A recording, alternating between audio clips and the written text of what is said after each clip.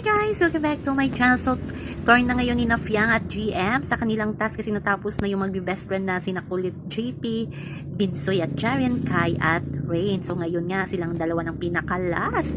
At ito na nga si Fiang parang napipiko na kasi ang hirap ng kanilang task. Magpapalipad ata yan ng eroplano. Naka-connect yan sa kay GM.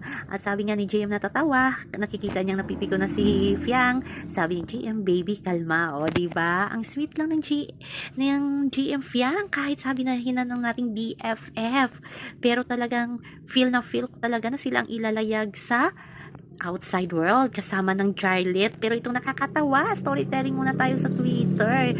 Yung mga fans ni Jazz nag-aaway na kasi nga ina-acknowledge ni Jazz yung Jazz at GM ata yan. Tapos yun, nagalit na yung Jazz. Di kahit mag-away-away sila. Yung ilalayag naman siguro ng management ay yung GM Fiang kasi grabe talaga yung impact ng tao kina GM at kay Fiang kasi kung si Jazz at si GM yung ilalove team, wala nang spark yan kasi alam naman ng lahat na nagkagustuhan sila, so hindi na yan exciting, di ba, sa mga love team, padinay-dinay pa yan. So parang Fiang lang at GM na BFF, padinay-dinay na walang feeling sa isa't isa. So abangan natin yan. So hanggang sa muli, bye bye. Also remember, wag po tayong paka-stress.